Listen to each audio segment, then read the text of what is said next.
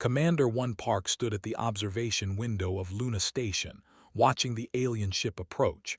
It looked nothing like human vessels. The craft seemed to shimmer and shift, like light moving through water. After 300 years of searching the stars, humanity had finally found someone else. Or rather, someone else had found them. The ship docked without making a sound. One adjusted his uniform and walked to the meeting room. He had been a soldier for 20 years, fighting in the Mars Rebellion and the Outer Colonies War.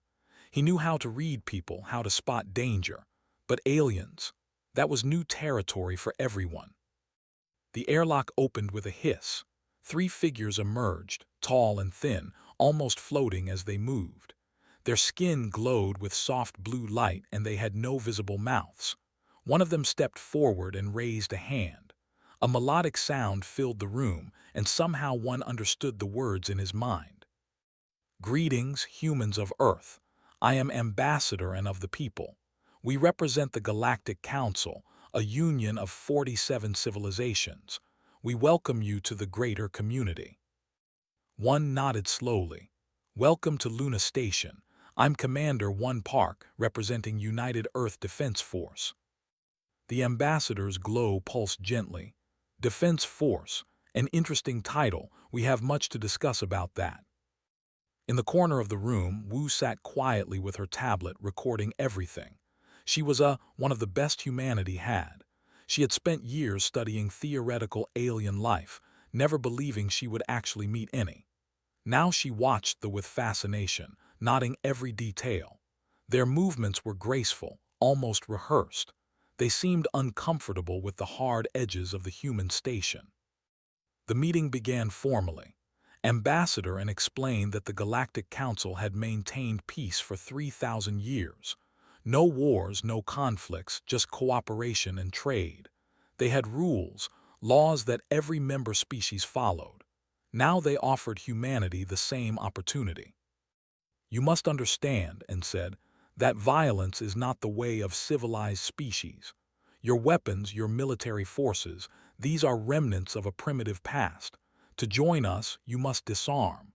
You must place yourselves under council protection and guidance." One felt his jaw tighten. "You want us to give up our ability to defend ourselves?" "There is nothing to defend against. The council ensures peace. No member species has fought a war in over a millennium. And if we refuse?" The ambassador's glow dimmed slightly. "Then you remain isolated. Without council membership, you cannot access jump gate technology, trade networks, or medical advances. Your species will be alone in a very large galaxy." Wu noticed something then. Her tablet showed this, and when one challenged them, there was a spike, a fear response. These peaceful aliens were afraid of humans, even though they tried to hide it. She made a note to review the data later. One stood. "I need to consult with my government. We don't make these decisions lightly." "Of course, we will remain here for one of your weeks. Consider our offer carefully, Commander. The galaxy awaits." The left gliding back to their ship. As soon as they were gone, one turned to Wu. "What did you think?" She pulled up her tablet. "They're scared of us. Look at these readings. Every time you push back, their stress hormones spiked. They're terrified." "Of what? We just met them." "I don't know yet, but I don't think we should trust everything they say." 3 months passed. Earth's government debated endlessly. Some wanted to join the council immediately to gain access to alien technology. Others, like one, felt uneasy about giving up humanity's weapons. The discussion was still ongoing when the attack happened. Station was a small mining colony, home to 3,000 people. Captain Lee commanded the security force there, just 30 soldiers with light weapons. They weren't expecting trouble. The galaxy was supposed to be peaceful. The attack came without warning. 6 ships dropped out of jump space, massive and angular, covered in sharp edges. They didn't send messages or demands. They just started shooting. Barely had time to sound the alarm. "All personnel, this is not a drill. We are under attack. Get to the shelters now." The aliens, creatures with hard black shells and too many legs, began landing troops. They cut through the station's outer walls with plasma weapons, pouring inside, and his soldiers fell back, trying to buy time for civilians to escape. The creatures were fast and strong, but they fought in straight lines, following patterns. Noticed this immediately. He had fought in urban combat during the Mars Rebellion. He knew how to use terrain, how to improvise. "Fall back to Section 7, he ordered. "Set the charges." His team retreated, luring the aliens deeper into the station. The creatures followed confidently, probably thinking the humans were running scared. When enough of them were in the narrow corridor, triggered the explosives. The blast tore through the enemy ranks, and the survivors found themselves trapped in a kill zone. What happened next shocked everyone. The human soldiers didn't celebrate their victory. They immediately moved to the next defensive position, setting more traps. They used the station's maintenance tunnels, appearing behind enemy lines. They cut power to sections where the aliens gathered, fighting them in the dark with thermal goggles. The battle lasted 6 hours. When it was over, all 6 alien ships were destroyed or disabled. Of the 300 attackers, none survived. The humans had lost 12 soldiers, but they had won. Captain stood in the wreckage of his station, covered in blood and burns, and made his report to Earth. They thought we would be easy prey. They were wrong. The battle footage spread across the galaxy faster than anyone expected. The aliens who attacked were called a warrior species known for raiding weak targets. They had expected to find frightened primitives. Instead, they found humans. Other species watched the recordings with horror. They saw humans fighting with a ferocity they had never witnessed. The humans didn't just defend, they hunted. They set traps, used psychological tactics, and fought with weapons ranging from advanced plasma rifles to improvised explosives made from mining equipment. On the Council, an emergency session was called. 47 species gathered to discuss what they had seen. Many were disturbed, some were terrified. Ambassador and stood before the council chambers. "The humans are dangerous. They have a capacity for violence we have not seen in. We must contain them before they become a threat to us all." But others disagreed. They attacked them without provocation. The humans defended themselves. Is that not their right? "It's not the defense that concerns me," and replied. "It's how they enjoyed it." Back on Luna Station, one received new orders. Earth's government had made their decision. They would not disarm. They would not submit to council authority. Humanity would remain independent, even if it meant staying isolated. Wu entered his office with more data. "I've been analyzing all our interactions with thee and reviewing the battle footage. I think I know why they're scared of us." "Why?" "We're the only species they've met that evolved through constant warfare. Every other civilization in the Council came from peaceful worlds. They never had to fight for survival the way we did. To them, we're not just dangerous, we're incomprehensible." One looked out at Earth, visible in the distance. "Maybe that's not such a bad thing. If they fear us, they'll think twice before pushing us around. Or they'll try to eliminate us before we become a bigger threat." "Let them try," one said quietly. "They'll learn what they learned. Humans don't give up, we don't surrender, and we definitely don't lose." Far across the galaxy, in the dark spaces between stars, other species were having similar conversations. Word of the humans had spread. A new power had emerged, one that didn't follow the old rules. Some saw opportunity. Others saw danger. But they all agreed on one thing: the humans were different. And different, in a galaxy that had been the same for 3,000 years, was very dangerous indeed.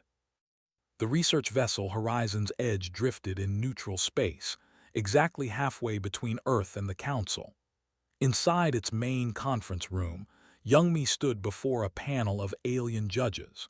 She was a historian, not a soldier, but right now she felt like she was fighting the most important battle of her life. The council had demanded an investigation into human nature. They wanted to understand what they were dealing with. Youngmi had been chosen to explain her species to beings who had never known war. Magistrate sat at the center of the panel. He was a crystalline being, his body made of living geometric shapes that shifted and changed color. His 6 limbs moved constantly, a sign of deep thought in his species. Around him sat representatives from a dozen other civilizations, all watching Youngmi with a mixture of curiosity and fear.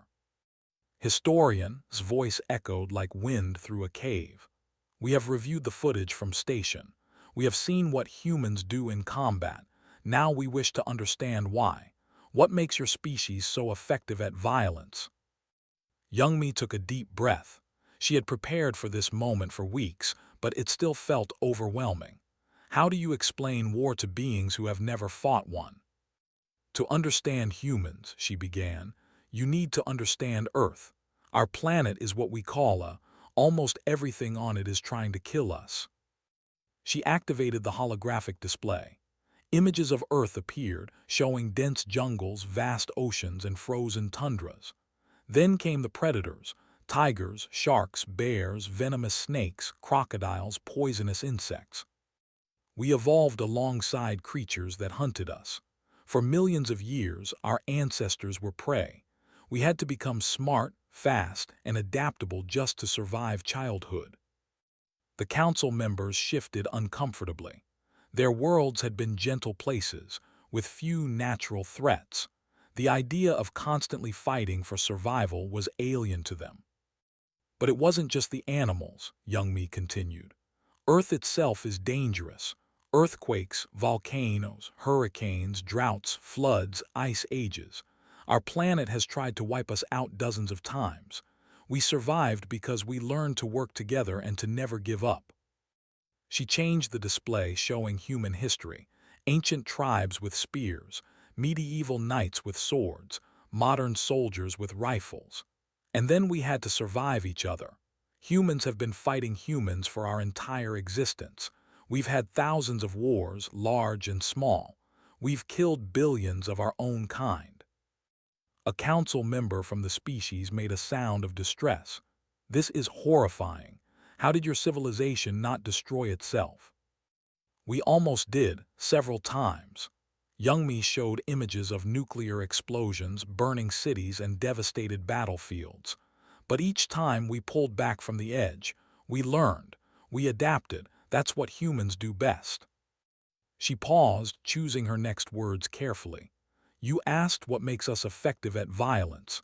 The answer is evolution. Every human alive today is descended from survivors. Our bodies are built for fighting. She explained concepts that the council had never heard before. Adrenaline, the chemical that makes humans stronger and faster in danger.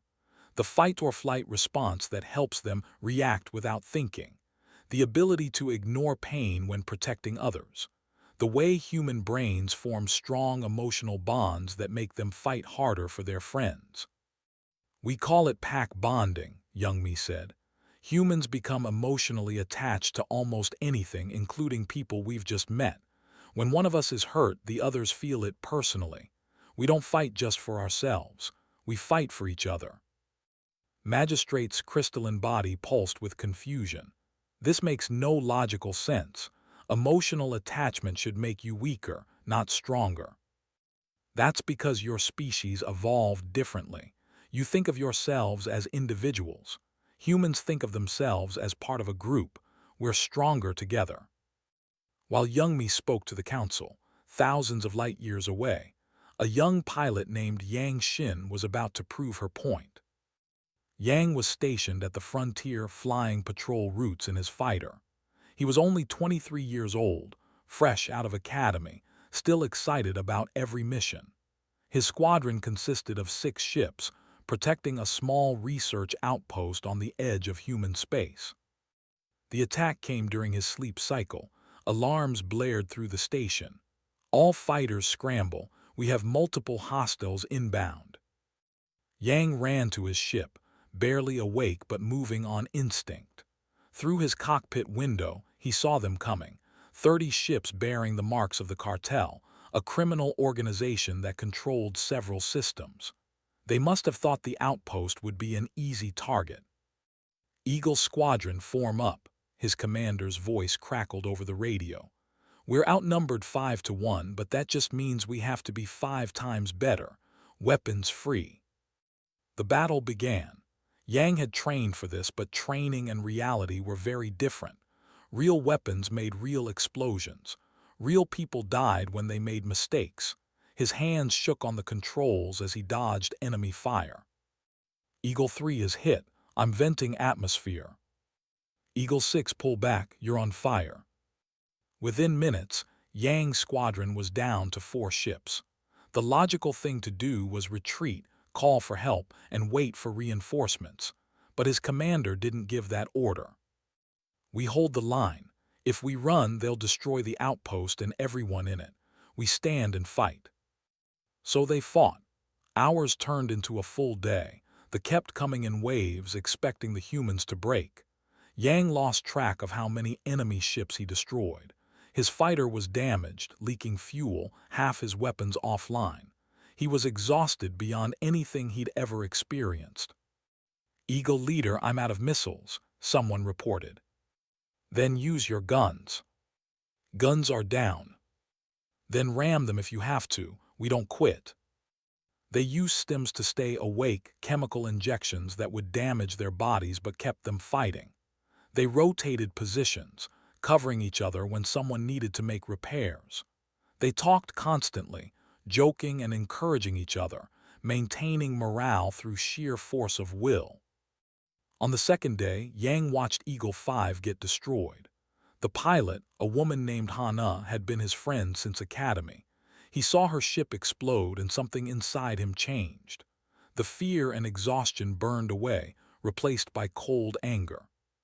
"For Hana," he whispered, and dove back into the fight. The battle lasted 3 days. By the end, Yang's squadron was down to 2 ships, but they had destroyed or driven off the entire fleet. When reinforcements finally arrived, they found 2 human pilots still flying patrol, refusing to stand down until properly relieved. The survivors limped back to their territory and spread a warning through the criminal underworld. "Don't fight humans. They don't know when to quit. They'll keep coming until either they're dead or you are." Back on the horizon's edge, Youngmi was finishing her presentation to the council. She had shown them everything: human history, biology, psychology, and culture. She had explained why humans fought the way they did. "You fear us," she said bluntly. "I understand that. We are violent by nature. But you need to understand something important. We choose when to use that violence. We have laws, ethics, and morality. We know the difference between war and murder, between defense and aggression." She showed footage of human peacekeepers, doctors in war zones, and soldiers helping civilians. "We're not monsters. We're survivors. Everything we do, everything we've built, comes from our refusal to give up in the face of impossible odds." Magistrate was silent for a long moment. Finally, he spoke. "Your species frightens us, historian. You are capable of terrible things." "Yes," Youngmi agreed. "But we're also capable of wonderful things. We write poetry about war to process our pain. We honor our fallen with ceremonies and monuments. We try to learn from our mistakes. Our capacity for violence is matched by our capacity for compassion. And if we asked you to change, to make yourselves less dangerous?" Youngmi met his crystalline gaze steadily. "Would you ask a tiger to remove its claws? Our nature is what it is. We didn't choose to evolve on a. We didn't choose to fight for millions of years, but we did choose to survive. And we'll keep choosing that no matter what anyone thinks." On Earth, Sang-O sat in her office, reading the reports from the frontier battle. She was Secretary General of United Earth, responsible for 7 billion lives. The Council was offering them a choice: join them and accept genetic modification to remove human aggression, or remain isolated. Sang had been a combat medic once. She knew what war cost.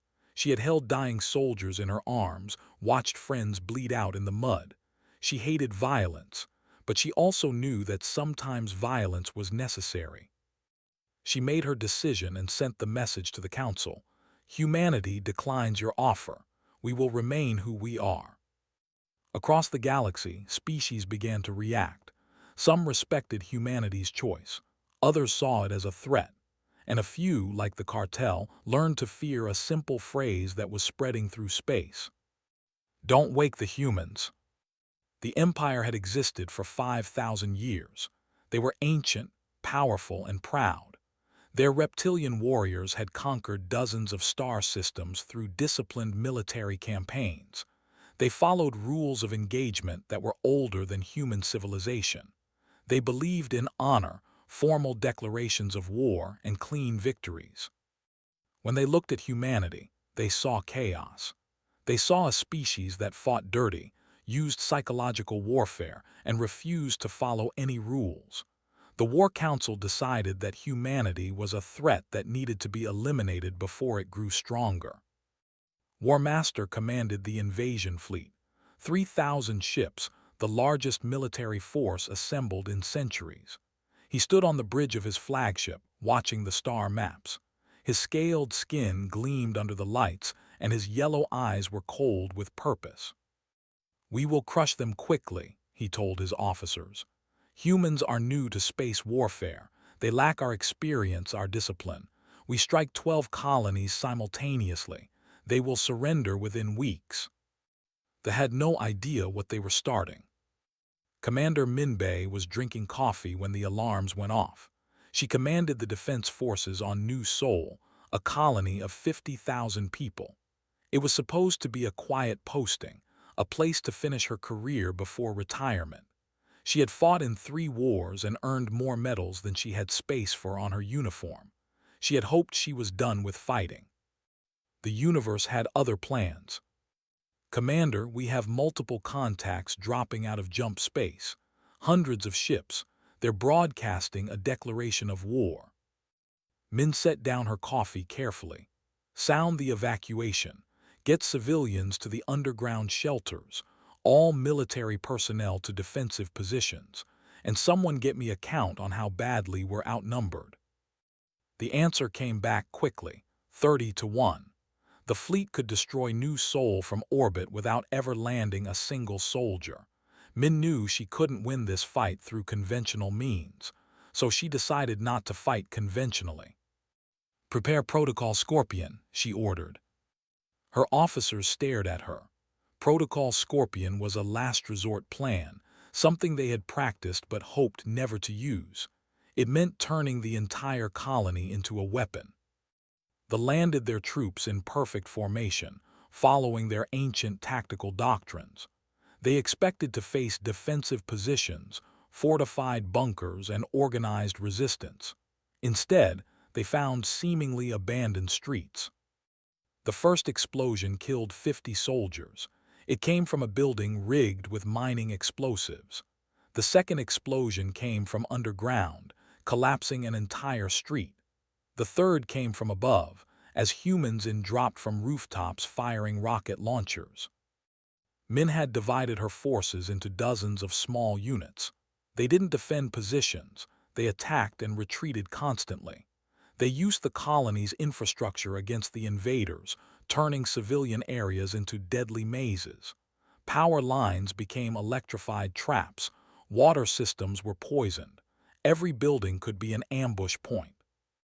They were confused and angry. This wasn't how civilized species fought. Where was the honor? Where were the rules? Lieutenant led a special forces team deep into enemy territory. They didn't wear uniforms. They moved at night, striking without warning.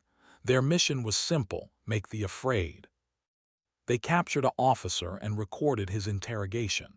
They broadcast it on all frequencies, making sure every soldier saw their commander break down in tears. They staged ambushes that left survivors intentionally, so they could spread stories of human brutality. They used sound systems to play screaming noises at night, preventing the enemy from sleeping. "You're torturing them psychologically," his commanding officer said during a briefing. Nodded, "Better than killing them physically.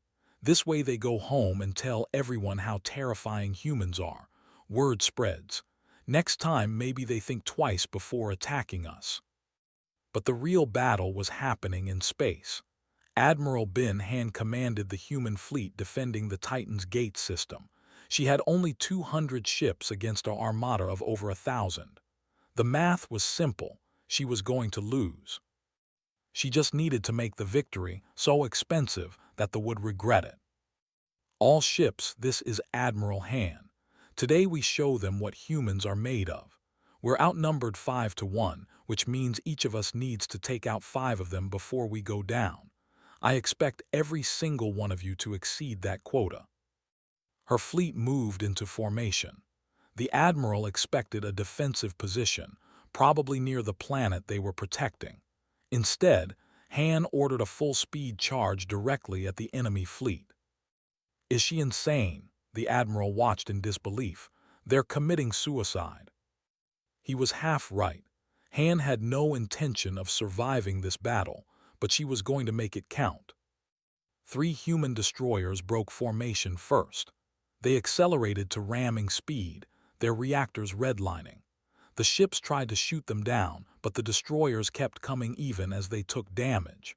All 3 slammed into capital ships, and all 3 detonated their reactor cores on impact. The explosions lit up the void of space. 3 battleships were destroyed instantly, and a dozen more were crippled. All ships follow their example, Han ordered calmly. If your ship is going down, take as many of them with you as you can. The battle became a nightmare for the human ships fought like wounded animals, desperate and savage. When their weapons ran out, they rammed. When their engines failed, they self-destructed near enemy formations. Damaged human vessels didn't retreat to safety. They flew straight into the heaviest fighting, using themselves as weapons. Han's flagship, the Indomitable, was hit by a plasma barrage that tore through its hull. Half the crew died instantly. The ship was venting atmosphere and tumbling out of control. Any reasonable commander would have ordered evacuation. Han ordered an attack run instead. Plot a collision course with the flagship, she said, strapping herself into her command chair. All remaining power to engines. Marines, prepare for boarding action. Her bridge crew stared at her. Admiral, we're falling apart. Then we fall apart on top of them. Move. The Indomitable crashed into the command ship like a meteor. The impact killed hundreds on both sides, but it also created a breach in the enemy hull. Han led her Marines through the gap, fighting in vacuum with mag boots and sealed armor. They had never experienced anything like it. These humans were boarding them while both ships were actively dying. It was madness. It was impossible, but it was happening. War Master himself faced Admiral Han in the shattered corridor of his flagship. He was twice her size, armored in scales and combat plating. She was bleeding from multiple wounds, her armor cracked and leaking air. You've lost, he growled. Your fleet is destroyed. Why do you keep fighting? Han smiled through the blood on her face. Because that's what humans do. We fight until we can't fight anymore, and then we fight some more. She detonated a grenade she had been holding behind her back. The explosion killed them both, along with the entire command deck of the flagship. Back on New Sol, the forces finally captured the colony after losing 60% of their invasion force. They found ruins. Min had ordered everything destroyed before retreating to underground bunkers. They had won nothing but ashes. Dr. Park was embedded with the military. Her job was to study enemy behavior and psychology. After the battle for New Sol, she interviewed captured soldiers. What she found shocked her. They were suffering from trauma. They had nightmares about humans. They flinched at sudden noises. Some refused to sleep without lights on. The disciplined warriors who had started this war were now psychologically broken. What did you do to them? She asked Min during a debriefing. I showed them what it means to fight humans, not just with weapons but with everything we have. Our technology, our tactics, our will. Most importantly, our refusal to accept defeat. Wrote a report that would change galactic understanding of humanity. She explained that the Empire had spent centuries fighting other civilized species who followed rules and honored traditions. They had never faced an enemy that rejected all of that. Humans fought total war, using every advantage and accepting no limits except their own morality. The war lasted 8 months. They won many battles, capturing colonies and destroying human ships, but every victory cost them more than they could afford. Human forces didn't surrender when beaten. They retreated, regrouped, and came back harder. They learned from every defeat and adapted instantly. By the end, the Empire had lost a third of its military power. Their economy was in ruins from the cost of the war. Their population was traumatized by the casualties, and they had gained nothing. The new war master who replaced after his death came to a human battleship to sign the armistice. The vessel was called the Defiant, and it showed signs of heavy combat, scorch marks, patched hull breaches, missing armor plates, but it was still flying. The human delegation was led by General In. He was old, with gray hair and scars on his face. Behind him stood rows of human soldiers, all of them bearing the marks of recent combat. None of them smiled. They just watched with cold, predatory eyes. "This war is over," In said simply. "You attacked us without cause. You learned a hard lesson. We hope you will remember it." The War Master signed the treaty with shaking hands. He looked at the humans and saw something that terrified him more than any weapon. They weren't celebrating their victory. They weren't boasting or making threats. They were just standing there, ready to fight again if necessary. As he left the Defiant, he knew the truth. They hadn't lost because humans were stronger or had better technology. They had lost because humans were willing to pay any price for victory. They would sacrifice their ships, their bodies, even their lives without hesitation. They turned everything into a weapon, including themselves. News of the war spread across the galaxy. The Council held emergency sessions. The peaceful species watched footage of human tactics with horror and fascination. They saw a species that fought with organized brutality, that combined advanced technology with primal aggression. The galaxy learned a new phrase: humans always win, eventually. And in the quiet spaces between stars, other species began to wonder. If the Empire, one of the most powerful military forces in the galaxy, had been defeated by these newcomers, what did that mean for everyone else? The answer was simple and terrifying. Humanity was now the most dangerous species in known space. Not because they wanted to be, but because they were too good at war to be anything else. The war was over, but for Captain Wu Jin Han, the fighting never really stopped. He saw it every time he closed his eyes. Ships exploding, friends dying, the cold vacuum of space trying to pull him through a hull breach. His mother, Admiral Bin Han, had died a hero. Everyone said so. They built monuments to her sacrifice, taught children about her bravery. Wu Jin just wanted her back. He sat in Dr. Won Lee's office, staring at the wall. She was a therapist specializing in combat trauma. Dozens of veterans passed through her door every day, all of them carrying invisible wounds. "Tell me about the dreams," one said gently. Wu Jin shook his head. "They're always the same. I'm back on the ship during the battle. I can hear my mother's voice giving orders. Then the explosion happens and I wake up. You feel guilty that you survived when she didn't." "I feel guilty about a lot of things." He finally looked at her. "We won the war, Doctor. We beat the Empire, but I keep thinking about all the people I killed. They had families too. They were following orders just like us. And now they're dead because I'm good at my job." One had heard this from many patients. Human warriors were effective killers, but they were also deeply empathetic creatures. They formed emotional bonds even with enemies. They grieved for the lives they took. "Being good at something doesn't mean you enjoy it," she said. "Your mother understood that. She made hard choices because someone had to. That's what warriors do." Maybe we shouldn't be warriors anymore. Maybe the galaxy is right to be afraid of us. While veterans struggled with the aftermath of war, Earth itself was changing. Young people who had watched the battles on screens saw something different than the soldiers did. They saw strength, power, and victory. They saw humanity defeating an empire that had ruled space for. Dong was 19 years old when the war ended.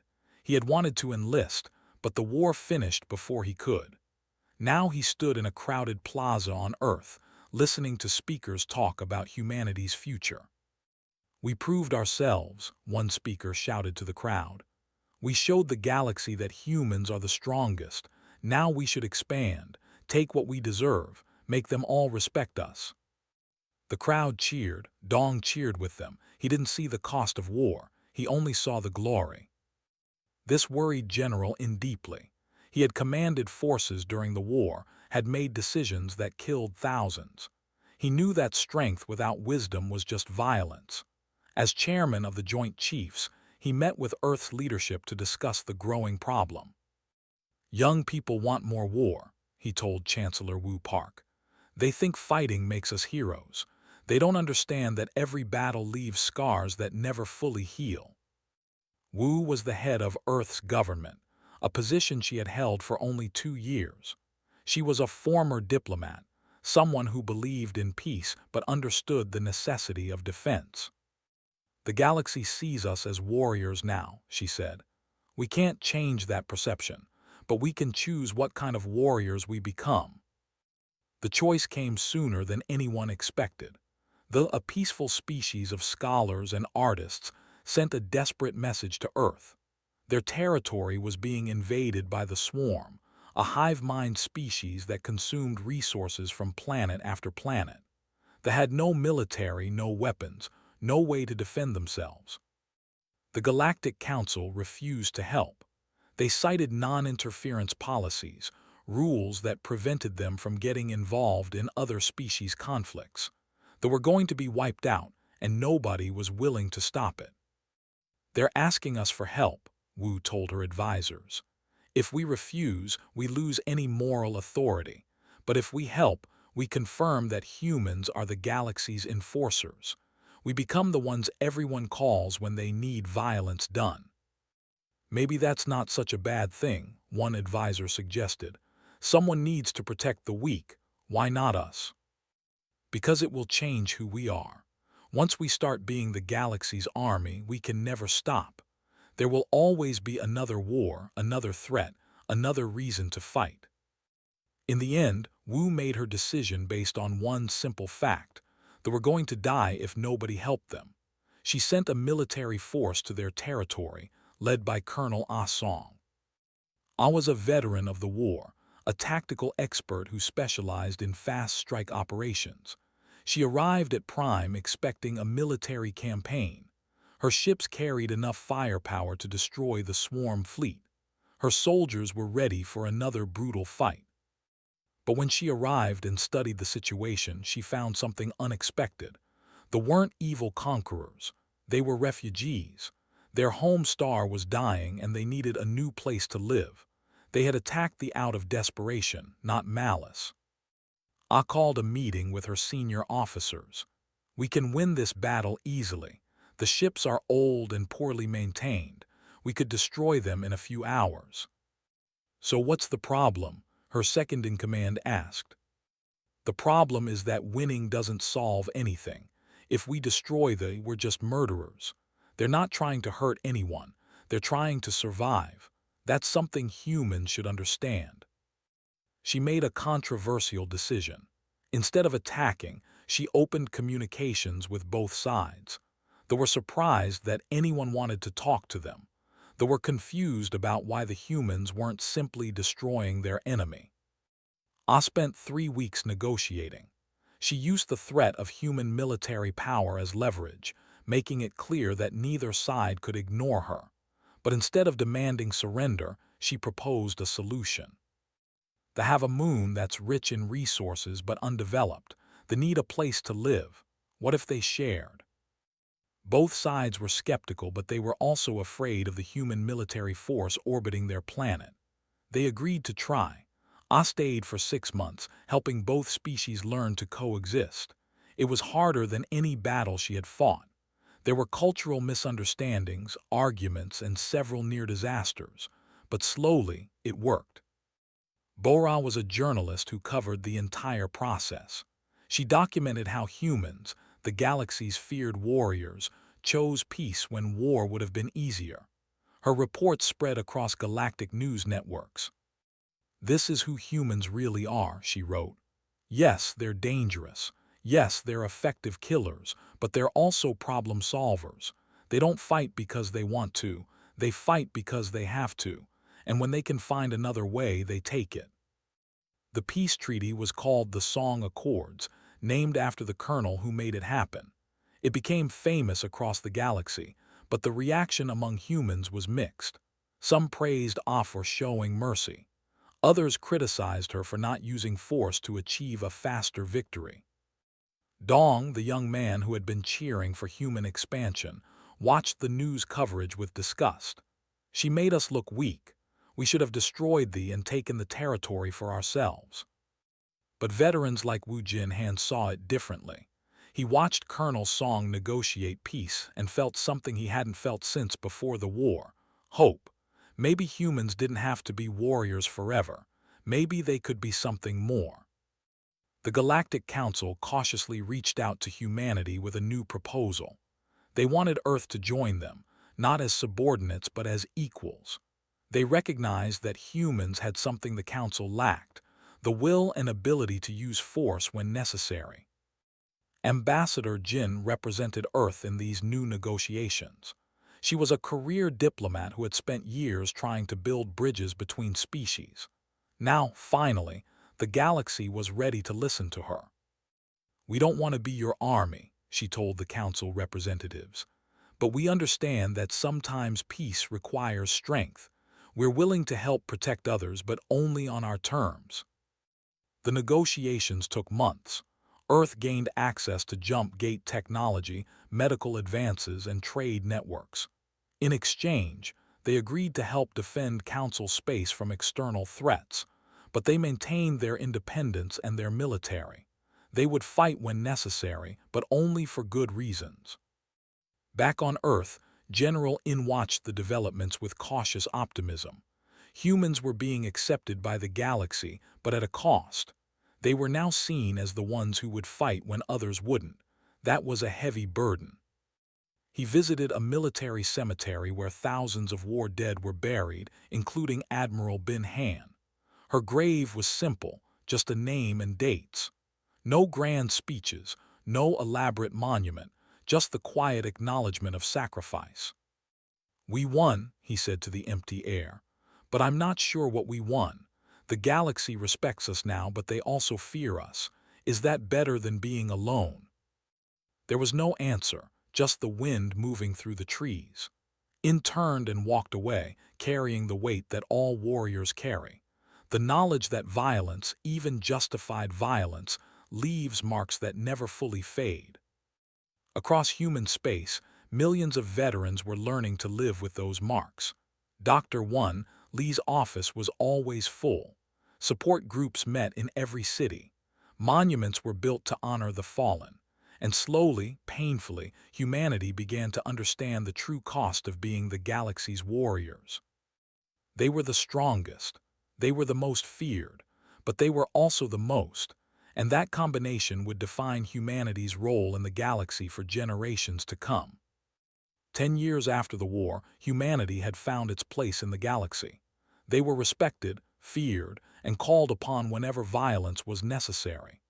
Earth's military trained peacekeeping forces for a dozen species. Human tacticians advised governments on defense strategies. The galaxy had peace, maintained by the threat of human intervention. President Hoon stood at the window of his office, watching ships come and go from Earth's orbital stations.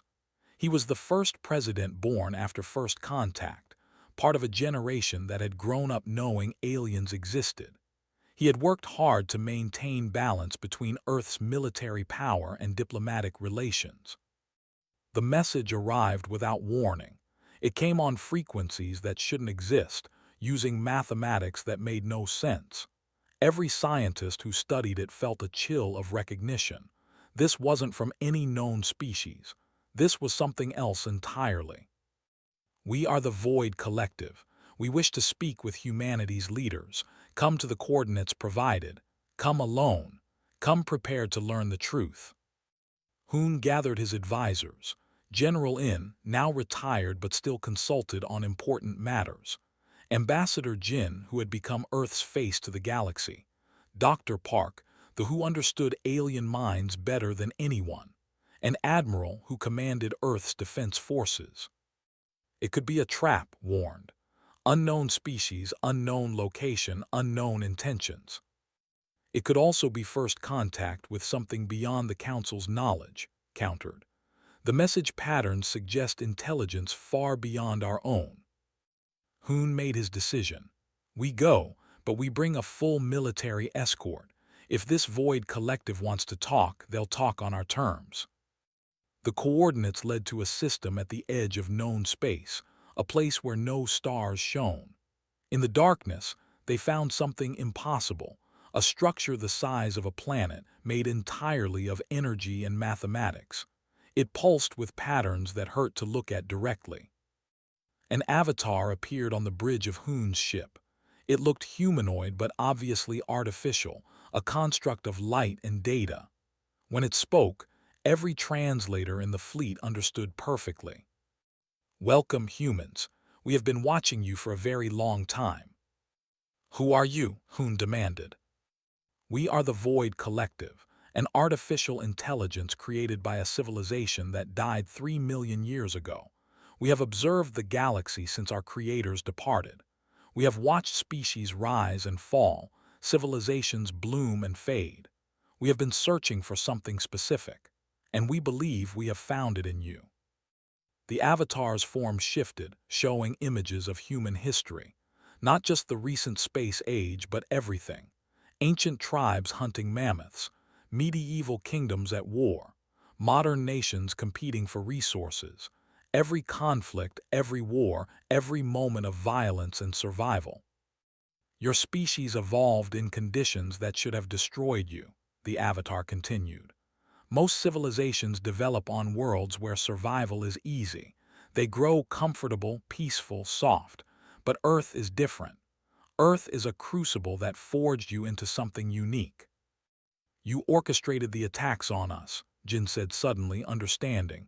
Though all of it, you were testing us. We provided opportunity and observed how you responded. Though we're already raiders, we simply directed them toward human space. They already believed in preemptive warfare. We ensured they focused on you. We needed to see if you were truly what we hoped. And what did you hope for? In's voice was cold. The avatar's form changed again, showing something terrifying. A vast darkness moving through space, consuming entire star systems. Ships the size of moons, creatures made of living void, weapons that unmade reality itself. The Devourers, an extragalactic force that consumes all biological life. They have destroyed dozens of galaxies. They will arrive here in 30 years. We have observed them and we have searched every species in this galaxy for one capable of leading the defense. The bridge was silent. Everyone stared at the images of destruction, trying to comprehend the scale of the threat. Why us? Hoon asked. The Council has advanced technology, millions of years of civilization. Why do you think humans are the answer? Because technology alone cannot defeat the Devourers. They adapt to any weapon, learn from any tactic. What is needed is something the peaceful species of this galaxy lack. The will to fight when all hope is gone. The ability to sacrifice everything for survival. The capacity to turn any disadvantage into a weapon. The avatar moved closer to Hoon. The Council species have forgotten how to war. They have no warriors, no soldiers, no understanding of violence. But you humans, you remember. You evolved through endless conflict. You understand something they don't.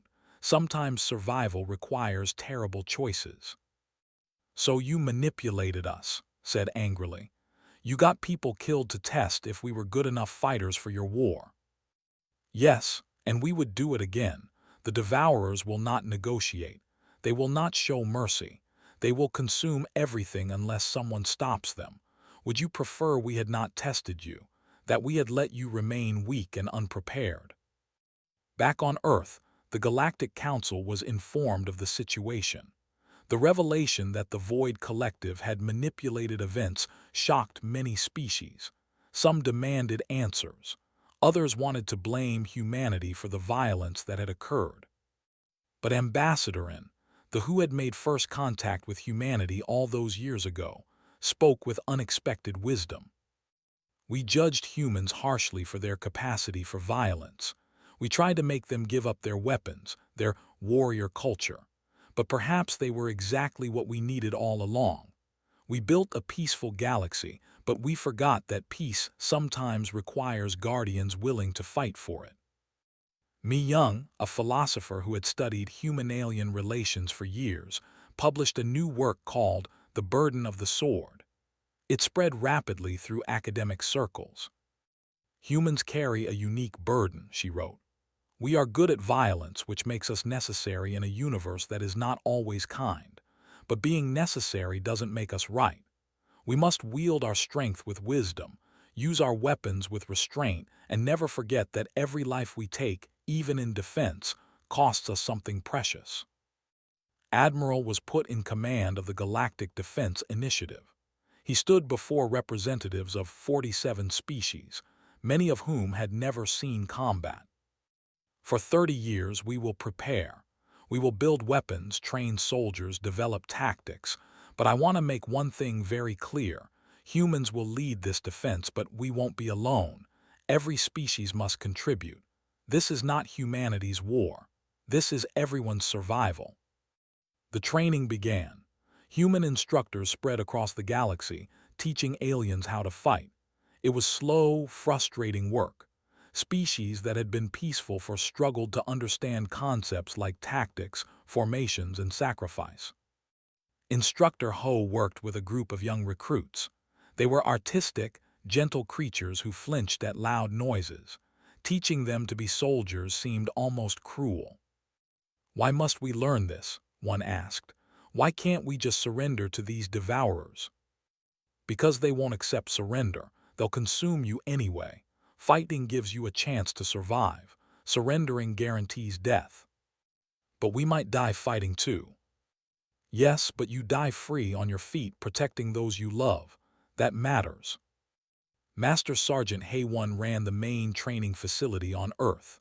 Thousands of aliens passed through her program, learning human military doctrine. She taught them how to shoot, how to move under fire, how to overcome fear. But she also taught them something more important. Why are humans so effective at war? A young recruit from the species asked during a break. Hay-1 thought carefully before answering. People think it's because we're naturally violent or because we evolved on a dangerous planet. That's part of it, but the real reason is something else. She gestured to the other human instructors around the training ground. Every person here has lost someone to war. Friends, family, fellow soldiers. We understand the cost of violence. We know what we're asking you to learn. And we do it anyway because sometimes the only way to protect what you love is to be willing to fight for it. So humans fight for each other. We fight for each other. We fight for survival. We fight for a future where maybe, someday, we won't have to fight anymore. That's what makes us dangerous. We're not mindless killers. We're survivors who will do whatever it takes to protect our own. The recruit processed this. And now we're your own, all of us species in the galaxy. Hay-1 smiled. Humans have a saying, we pack bond with everything. Once you're part of our group, we'll fight for you like your family. That's both our greatest strength and our biggest weakness. We care too much to let you face this threat alone. Across the galaxy, humanity was transforming. They were no longer just warriors defending their own territory. They had become guardians of countless species, teachers of survival, and the thin line between civilization and extinction. In a quiet office on Earth, Dr. Lee continued her work with trauma victims. Now her patients included aliens suffering from the stress of military training. She helped them process their fear, their grief, their transformation from peaceful civilians to potential soldiers. "Is it worth it?" a patient asked. "Losing our innocence to learn violence?" "I don't know," one answered honestly. "But I know that innocence won't protect you from what's coming. Humans lost our innocence millions of years ago in jungles and caves and battlefields. It cost us a lot, but it let us survive. Now we're sharing that survival with you." 29 years passed in preparation. The galaxy transformed. Peaceful species learned to defend themselves. Trade routes became supply lines. Science stations became military bases. And throughout it all, humans guided the process, sharing everything they had learned through countless wars. When the first Devourer scouts appeared at the galactic rim, it was a human patrol that detected them. Lieutenant Sora sent the alert that changed everything. "Contact confirmed. The threat is real. All forces prepare for war." The combined fleet assembled at Titan's Gate, the same place where Admiral Bin Han had made her famous last stand. 10,000 ships from 47 species, united under human command. Many of the aliens were terrified. None of them had experienced real combat. Admiral stood on the bridge of the flagship Defiant II, looking at his mixed fleet. He thought about all the wars humanity had fought, all the lives lost, all the lessons learned at terrible cost. Now it was time to see if those lessons could save not just humanity, but all galactic civilization. "All ships, this is Admiral. Today we face an enemy that wants to consume everything we are, everything we've built, everyone we love. They think we'll be easy prey. They don't know that we've been preparing. They don't know that we're united. Most importantly, they don't understand what humans have taught you. Survival isn't about being the strongest. It's about being too stubborn to quit." He paused, then continued with absolute conviction.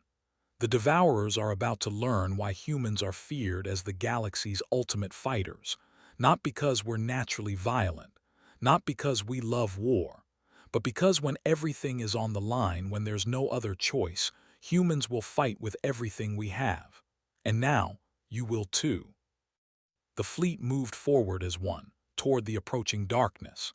Behind them were billions of lives depending on their success. Before them was an enemy that had destroyed galaxies. But they went anyway because that's what warriors do. They face impossible odds and fight anyway, not because they're sure they'll win, but because some things are worth fighting for no matter the cost. And in that moment, the galaxy finally understood the true reason humans were feared. Not because they were monsters, but because they were survivors who refused to let anyone else face extinction alone.